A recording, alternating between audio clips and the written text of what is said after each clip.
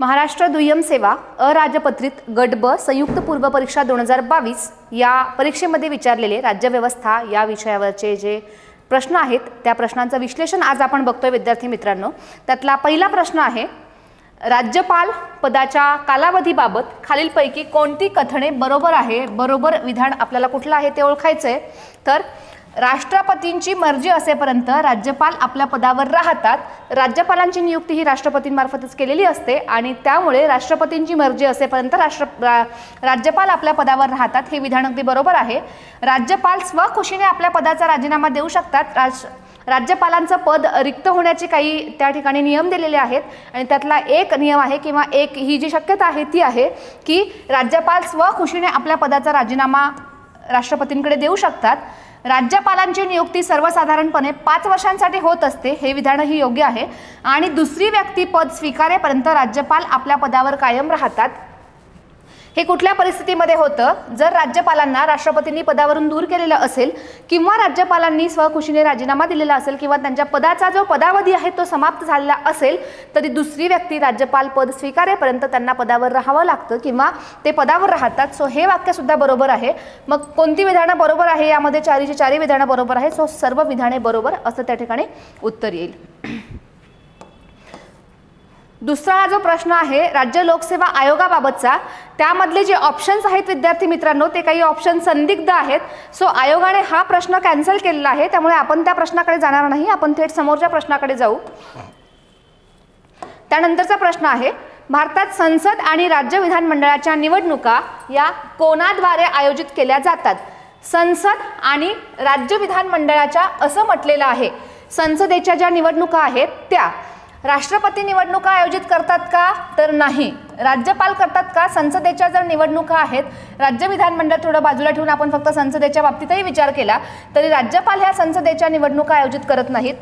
जर संसदेच्या निवडणुका आहेत तर त्या राज्यामध्ये येणार नाही, त्यामुळे राज्य निवडणूक आयोग त्या आयोजित करणार नाही। भारताचा जो निर्वाचन आयोग आहे तो संसदेच्या आणि राज्य विधानमंडळाच्या निवडणुका ज्या आहेत त्या आयोजित करत असतो, त्यामुळे याचं योग्य उत्तर येईल 4। त्यानंतरचा 19 प्रश्न आहे, प्रश्न नंबर 19 आणि इथे आलेला चौथा प्रश्न, भारतीय संविधानाच्या कोणत्या कलमात मुख्यमंत्री यांची कर्तव्य स्पष्ट केलेली आहेत? मुख्यमंत्र्यांची राज्यपालांप्रती किंवा कायदे मंडळाप्रती त्याचबरोबर राज्य विधानमंडळाप्रती काही कर्तव्य आहे। त्यापैकी मुख्यमंत्र्यांची नियुक्ती जी असते ती राज्यपालांमार्फत केली जाते। राज्यपालांना सल्ला आणि सहाय्य करण्यासाठी मुख्यमंत्री असावे किंवा एक मंत्रिमंडळ असावं असं त्या ठिकाणी दिलेलं असतं आणि त्याचबरोबर मंत्रिमंडळाची निवडणूक राज्यपाल जरी करत असले तरी ती मुख्यमंत्र्यांच्या सल्ल्याने केली जाते, त्यामुळे मुख्यमंत्री मंत्रिमंडळाची नियुक्ती करत असतात। त्याचबरोबर त्यांची इतरही काही कर्तव्य आहेत जी आपल्याला कलम 167 मध्ये बघायला मिळतात। त्यामुळे जर भारतीय संविधानाच्या कोणत्या कलमात मुख्यमंत्र्यांची कर्तव्य स्पष्ट केली आहे असं जर विचारलं तर त्याचं उत्तर येईल कलम 167। खालीलपैकी कोणती समिती पंचायत राज्यांसंबंधी नाही?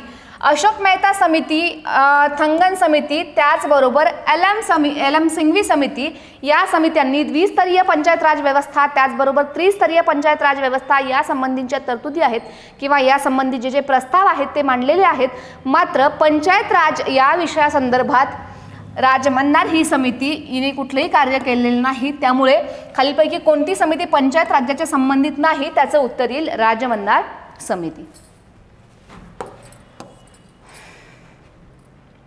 प्रश्न 21 किंवा त्यानंतरचा हा जो प्रश्न आहे ग्रामसभेच्या बाबतीतला, यामध्ये सुद्धा विद्यार्थी मित्रांनो मागे जसा एक प्रश्न केला राज्यव्यवस्थेचा त्यामध्ये काही ऑप्शन जे आहे ते संदिग्ध होते, या प्रश्नामध्ये सुद्धा प्रश्न किंवा यामधली जी काही विधानं दिलेली आहेत ती संदिग्ध आहेत, त्यामुळे आयोगाने हा प्रश्न जो आहे तो रद्द केलेला आहे। त्यामुळे हा प्रश्न या ठिकाणी आपल्याला बघण्याची गरज नाही।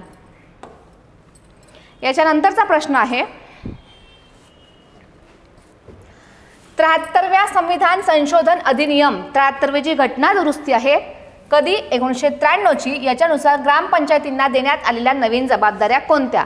ग्रामपंचायतींना 73व्या घटना दुरुस्तीनुसार 1993च्या काही नवीन जबाबदाऱ्या देण्यात आल्या आहे आणि त्या जबाबदाऱ्यांमध्ये भूमी सुधार कायदा लागू करणे ही एक जबाबदारी त्यामध्ये येते. त्यानंतर वनोद्योग, लघु आणि कुटीर उद्योगांचा विकास करणं ही सुद्धा एक जबाबदारी त्यामध्ये आहे. त्यानंतर तांत्रिक व व्यावसायिक शिक्षणाची सुविधा उपलब्ध करून देणं ही सुद्धा एक जबाबदारी या घटना दुरुस्तीने 1993च्या ग्रामपंचायतींना देण्यात आलेली आहे. आणि गावातील जनतेसाठी मनोरंजनाची व्यवस्था करणे अशी कुठलीही त्यामध्ये नवीन जबाबदारी ग्रामपंचायतींना देण्यात आलेली नाही. त्यामुळे हे विधान चुकीचं आहे. त्यामुळे प्रश्न काय विचारलाय की कोणते विधान बरोबर नाही, तर डी हे विधान बरोबर नाही. फक्त डी असं ऑप्शन असलेलं उत्तर आहे 2 नंबरचं. त्यामुळे ते येईल त्याचं उत्तर. त्यानंतरचा प्रश्न आहे, प्रत्येक राज्याला महाधिवक्ता असावा असं कोणत्या कलमामध्ये नमूद केलेलं आहे. जसा कलम 76 मध्ये महान्यायवादी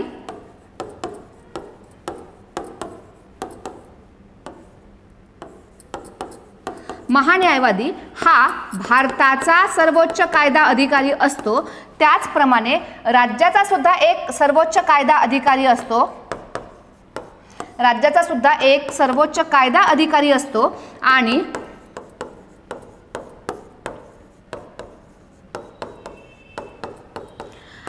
तो सर्वोच्च कायदा अधिकारी असावा राज्याचा असं घटनेच्या कलम 165 मध्ये दिलेलं आहे. त्यामुळे राज्याला महाधिवक्ता असावा असं कोणत्या कलमामध्ये दिलेलं आहे, कलम 165. त्यामुळे त्याचं उत्तर येईल 4. हा असतो राज्याचा सर्वोच्च कायदा अधिकारी. त्यानंतरचा प्रश्न आहे, भारतीय राज्यघटनेच्या मसुदा समितीचे खालीलपैकी कोण सदस्य नव्हते. वल्लभभाई पटेल, जवाहरलाल नेहरू, अल्लादी कृष्णस्वामी अय्यर आणि डॉक्टर राजेंद्र प्रसाद. तर मसुदा समितीचे अध्यक्ष असलेले डॉक्टर बाबासाहेब आंबेडकर आणि त्यामध्ये एकूण अजून 7 सदस्य होते. त्या सदस्यांपैकी एन गोपालस्वामी अय्यंगार येथील, अल्लादी कृष्णस्वामी अय्यर येथील, सईद मोहम्मद सादुल्लाह येथील, डॉक्टर KM मुंशी येथील, MN माधवराव येथील, त्यानंतर TT कृष्णमाचारी येथील. आणि या सगळ्यांमध्ये फक्त मी जे आता नावं सांगितले त्यापैकी अल्लादी कृष्णस्वामी अय्यर हे एक नाव आहे. बाकी वल्लभभाई पटेल, जवाहरलाल नेहरू किंवा राजेंद्र प्रसाद हे मसुदा समितीचे सदस्य नव्हते. त्यामुळे सदस्य कोण होतं असा जर प्रश्न विचारला तर अल्लादी कृष्णस्वामी अय्यर हे त्या ठिकाणी उत्तर येईल. नंतरचा प्रश्न विद्यार्थी मित्रांनो, भारतीय राज्यघटनेतील खालीलपैकी कोणते वैशिष्ट्य ब्रिटिश राज्यघटनेतून घेतलेले नाही. आपण जेव्हा ब्रिटिश राज्यघटना बघतो किंवा भारताची जी राज्यघटना आहे ती बघतो तेव्हा आपण ब्रिटिश राज्यघटनेकडून घेतलेल्या गोष्टींपैकी संसदीय शासन प्रणाली ही एक खूप महत्त्वाची बाब आपण ब्रिटिश शासन व्यवस्थेकडून किंवा ब्रिटिशांकडून घेतलेली आहे, त्यांच्या राज्यघटनेतून घेतलेली आहे. त्यापैकी सरकारचं संसदीय स्वरूप ही बाब जी आहे किंवा ही जी गोष्ट आहे, हे जे वैशिष्ट्य आहे ते आपण ब्रिटिश राज्यघटनेतून घेतलेलं आहे. सरकारचे मंत्रिमंडळ स्वरूप हे सुद्धा आपण ब्रिटिश राज्यघटनेतून घेतलेलं आहे. कायद्याचं राज्य हे सुद्धा आपण ब्रिटिश राज्यघटनेकडून घेतलेलं आहे. मात्र समवर्ती सूची हा जो विषय आहे तो आपण घेतलेला आहे ऑस्ट्रेलियाच्या राज्यघटनेकडून. त्यामुळे समवर्ती सूची असं जे ह्या प्रश्नाचं जे उत्तर येईल ते येईल समवर्ती सूची नंबर 4. येस विद्यार्थी मित्रांनो, यासोबत आपण 2022चे जे राज्यव्यवस्था या विषयाचे संयुक्त पूर्व परीक्षा जी अराजपत्रित संयुक्त पूर्व परीक्षा गट ब आहे तिचे जे क्वेश्चन्स आहेत राज्यव्यवस्था या विषयाचे ते बघितलेले आहेत. आणि त्या संदर्भातल्याच ह्या आपल्या बॅचेस आहेत जी लाईव्ह प्लस रेकॉर्डेड बॅच आहे. त्यानंतर प्री फोकस्ड बॅच आहे ही विद्यार्थी मित्रांनो. टेस्ट सिरीज सुद्धा आपली सुरू झालेली आहे. प्री फोकस जी राज्यसेवा कंबाईनची जी परीक्षा आहे त्यासाठी सुद्धा एक प्री फोकस्ड बॅच आपल्याकडे अवेलेबल आहे. त्यानंतर त्याचीच कंबाईनची टेस्ट सिरीज आपली 11 फेब्रुवारीपासून सुरू होते. MPSC अंतर्गत घेण्यात येणाऱ्या इतर मागास बहुजन कल्याण विभागाअंतर्गत महाराष्ट्र शासनाच्या ज्या जागा निघाल्या आहेत त्यामध्ये सहाय्यक संचालक, संशोधन अधिकारी, त्याचबरोबर प्रकल्प अधिकारी गट अ आहे त्याची सुद्धा आपल्याकडे एक बॅच आहे संध्याकाळी 7 वाजताची. इतर मागास बहुजन कल्याण अधिकारी या पदासाठी सुद्धा आपल्याकडे बॅच आहे संध्याकाळी 7 वाजताची जी आपली 15 जानेवारीपासून सुरू होते. ॲडमिशनसाठी तुम्हाला या ठिकाणी काही नंबर्स दिलेले आहेत, प्लस तुम्हाला स्क्रीनवर सुद्धा तुमच्या स्क्रीनच्या खाली नंबर दिसत आहेत, त्यावर तुम्ही कॉल करून अधिक माहिती घेऊ शकता त्या संदर्भातली. आणि नेक्स्ट व्हिडिओमध्ये आपण भेटतोय 2021चे संयुक्त पूर्व परीक्षा गट ब चे राज्यव्यवस्था या विषयाच्या PYQ सोबत. थँक्यू.